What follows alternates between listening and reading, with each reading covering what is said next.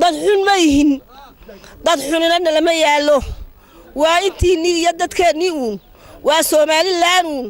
waa inteennii islahaydee kolka hore markasa soo bixisay weeyaan xukuumadda soo bixisay soo kicisay weeyaan kolka waxaan idinka codsanaynaa sida ugu qurux badan ee ugu wanaagsan inaad markasa wixii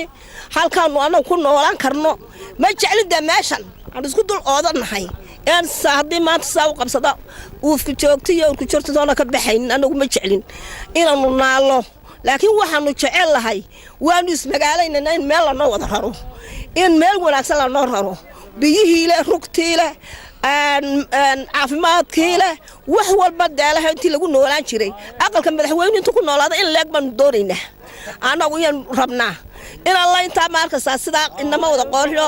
jaamacadda oo waxbarasho leh ayaa ka dafa